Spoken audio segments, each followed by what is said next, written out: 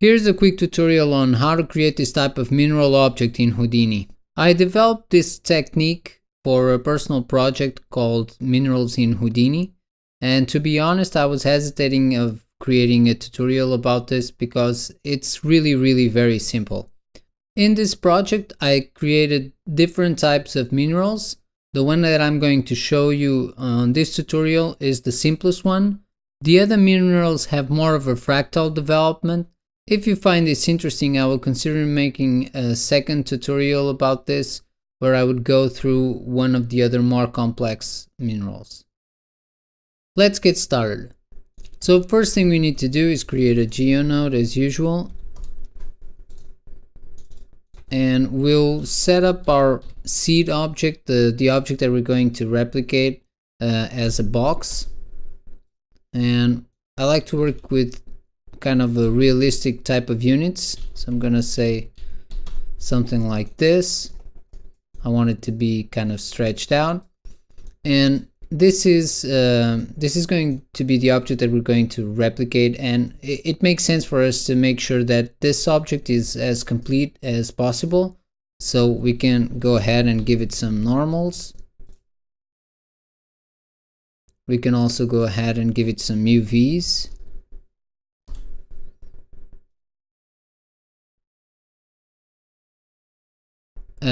Having this, what we need is points to copy this object onto. So I'll start with one point using an add node. Just going to create one point. Then I'm going to use point replicate, which is very handy in this situation.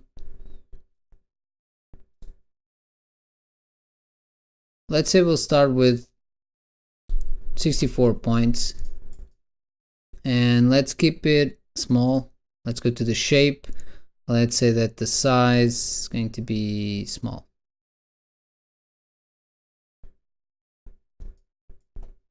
Pretty contained. And let's create a copy to points.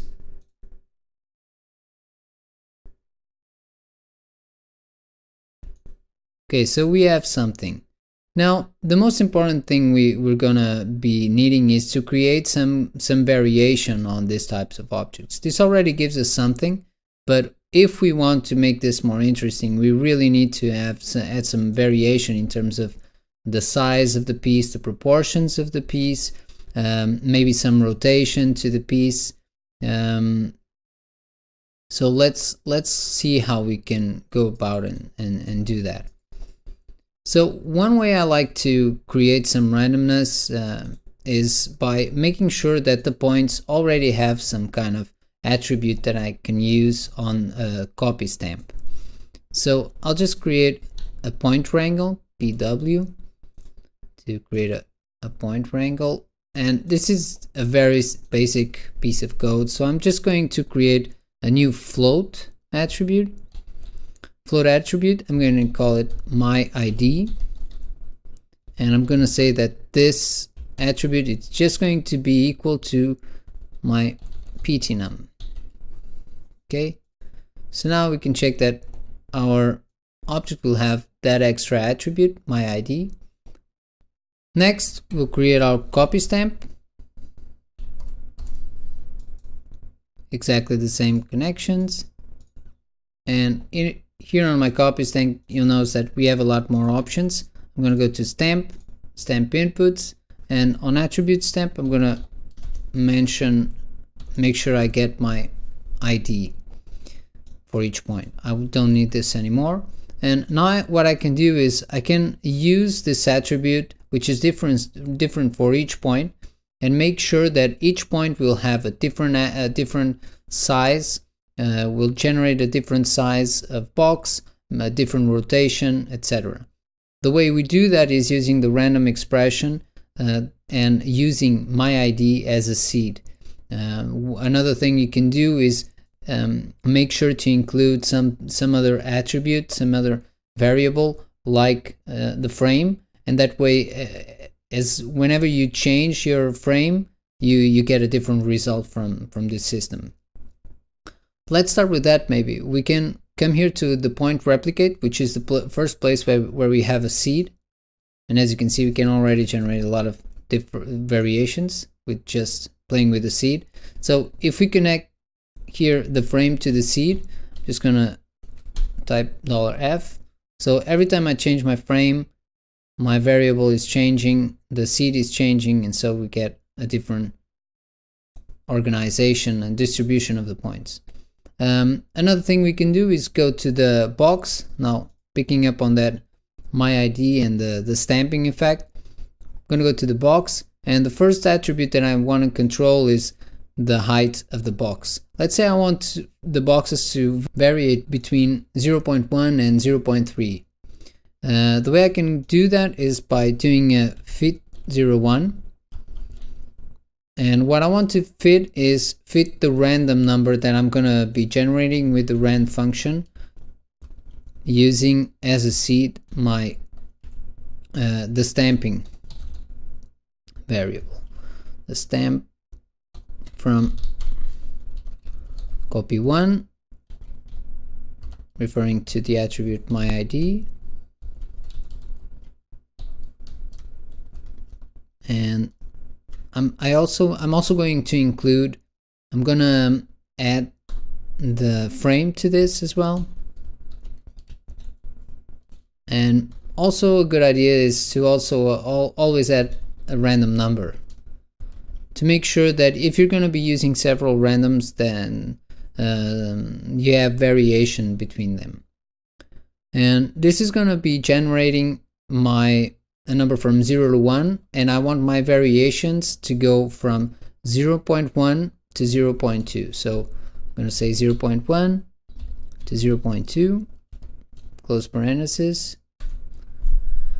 And we're starting to see some variation already. You can be more dramatic about the types of variations that you have here. All you need to do is change these values. Let's say I want to be a bit more drastic. Go to 0.4 as a maximum, and you get some nice stretchy effect. Okay, and the cool thing about this is that whenever you change the frame, you're already getting a lot of variations from this. I'm going to reduce my timeline, let's say 24. Okay, a lot of variations just with this kind of small stamping. I'm going to copy the same expression. That's how easy it is. Once you've done one of these expressions, you can just copy it and change a few values, and you're good to go. So I'm going to copy this, Control C. I'm going to go to the first parameter, the X size, Control V, and here I was using a value of 0.03. I'm going to create some variation between 0.01 and 0.06 maybe. Again, more variation, and I'm going to do the same thing on the other side. Just make sure to change the random number that you're adding to this. Control C, and I'm going to go to the Z size. I'm going to keep the same range, but I'm going to change the random number to something else. Okay, some nice variations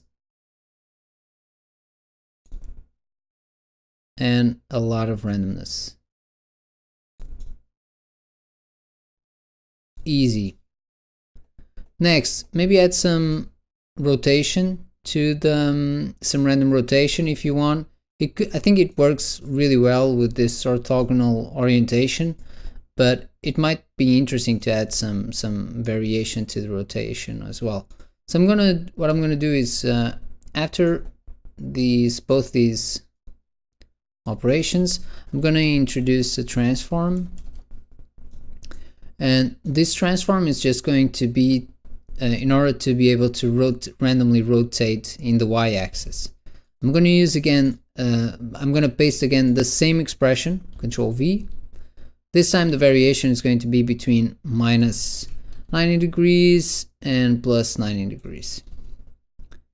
And again, change the random number to something else. And come here, we see we have a lot of variation again. even more variation.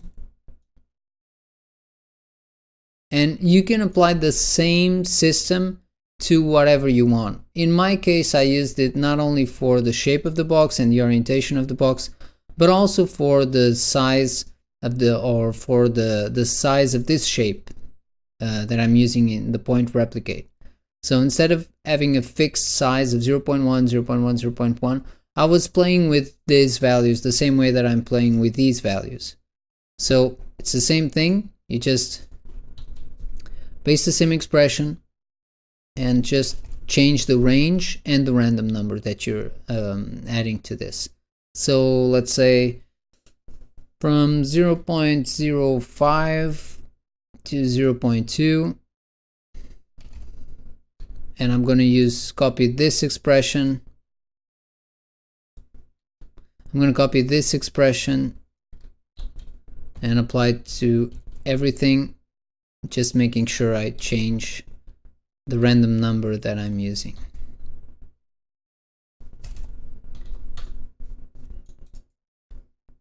Okay, so this is how you get a lot of variation.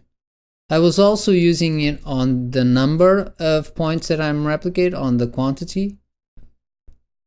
Same thing, Control V, and let's say minimum number will be 64 and the maximum number will be 512.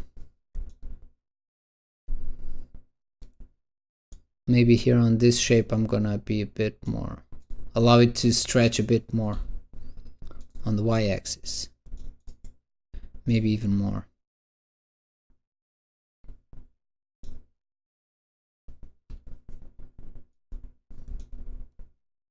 Yeah, this gives it a more interesting shape, I think.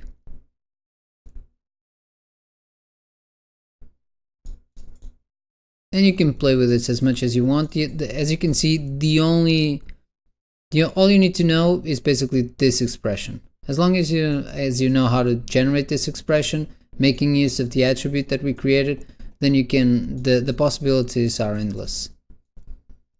So one thing that I found that was kind of boring is that these are all very straight. The edges, the tips are all have the same orientation. There are several ways that we could go about this, but the technique that I used was it's not very complicated and it gave me the most interesting result, I think.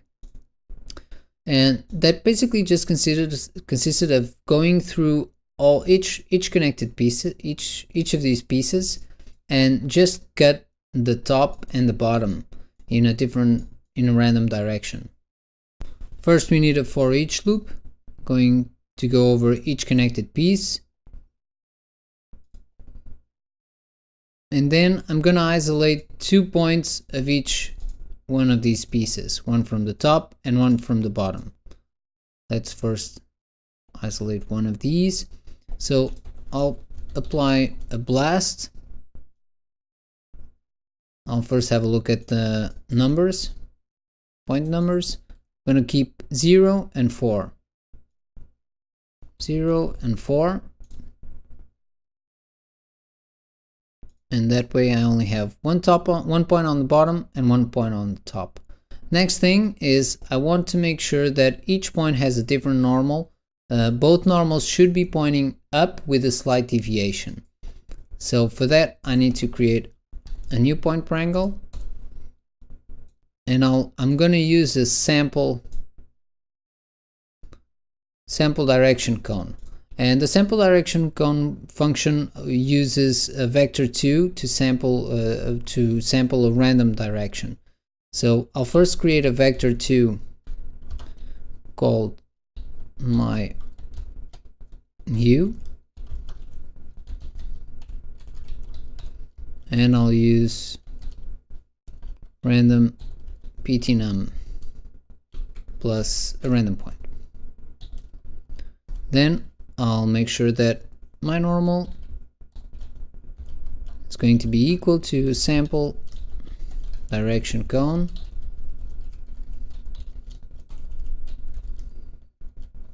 I have to give it first one direction. I'm going to use up 0 1 0, then a deviation margin in radians. I'm gonna give it 0.3, and I'll use my view.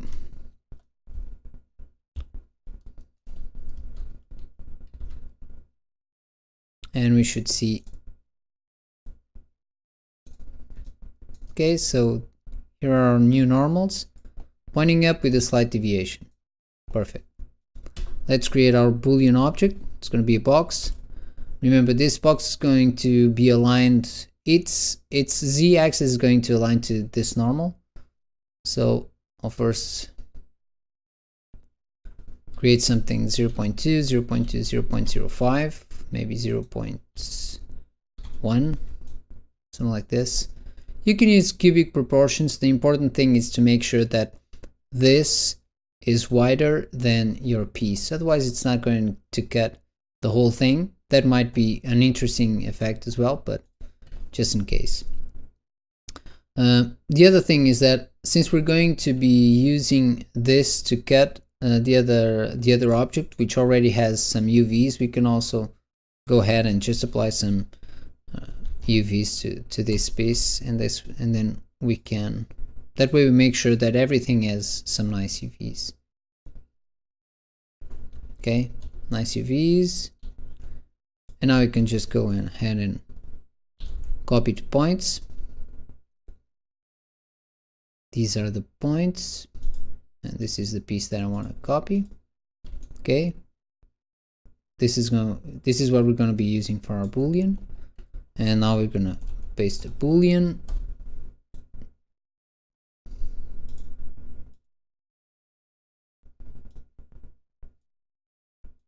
And just make sure we put this on subtract. Okay, so this is our results. Our normals are kind of messed up, but we can go ahead and apply normal here and just make sure everything is okay. Everything has UVs. All the pieces in our Boolean had UVs, so our final piece has some nice UVs. Now the problem is that here, to create our random normal, we're just using the ptnum and this number. We can also add here the frame, like we've been doing before. So I'm just gonna add the frame. But other than that, the main problem we're gonna get is that we only have 2 points here. And as this goes through each of the pieces, we're always gonna be having only 2 points, 0 and 1. So this variable won't give us much of a difference on each one of the pieces that we have on our object currently. So we need to make sure that for each piece, he will add a different number. Okay, instead of this being a fixed number, we need to make sure that on each piece he generates a different randomness. The way to do that is making use of the iteration number. So we can create this meta import node. Okay, and we can even connect it directly here to the point wrangle on the second input, and we can say that instead of using this 1, 2, 3, we're going to be using a detail value that's here on this object. If you go to the attributes and we check the parameters, the attributes that are available on this node, we see that we have an iteration, a value, and this is going to change as it goes through each one of the pieces. Okay, so this is what we're going to be using as an extra variable here. So I'll just type in detail from input 1, and the detail we're going to use, we can use value, we can use iteration, whichever you prefer. And that way we should have some actual variation on the orientation of our normals. Okay, so moving on, we get this, and now we can just disable the single pass, and we'll see that each one of the pieces that we created have been cut in some random direction. Some of them are almost straight, others are more angular, and you can make them even more angular or more straight. It's up to you. All you need to change is you just need to change the range here on your point wrangle. Here on the sample direction cone, you just need to increase this, and you're going to be getting a lot more angular shapes. It's up to you. I'm going to keep it at 0.5, it's fine. Now let's make a VDB out of this. I'm going to go with the first one. Okay, just type VDB from polygons. We'll use a VDB from polygons with a fairly high resolution. Let's say 0.005 to start, and then convert VDB.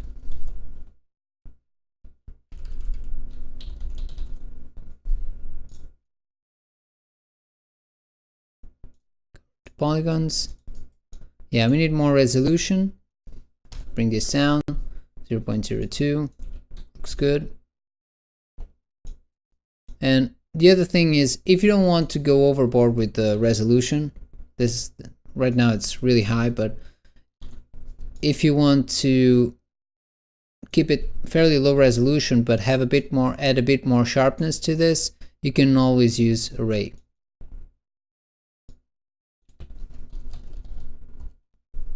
And the array will project this geometry onto the original one.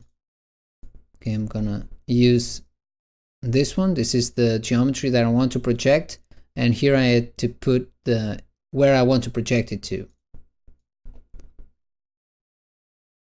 And I'm gonna use minimum distance. Another normal to make sure it updates correctly. And as you can see, before we had this, and after the array we have this. A lot sharper, same topology, a lot sharper. You even get some of these, I'll call them artifacts, but in this situation it's going to give you some nice rendering effects for this type of object, of mineral object. It's going to give you some interesting effects. One thing to keep in mind is that if you're not going to be using the original geometry, which is this one, you have UVs on this. As soon as you convert this to VDB from polygon and convert to VDB, you would have to generate new UVs for this. Okay, you can follow the same technique really fast, and I think the UVs you'll get from this is still enough, very workable. Just make sure you reduce the spacing a lot, because this will generate a lot of pieces. That's it. Wasn't as fast as I was expecting, but hope you found it interesting. Let me know if you have any questions, and see you next time.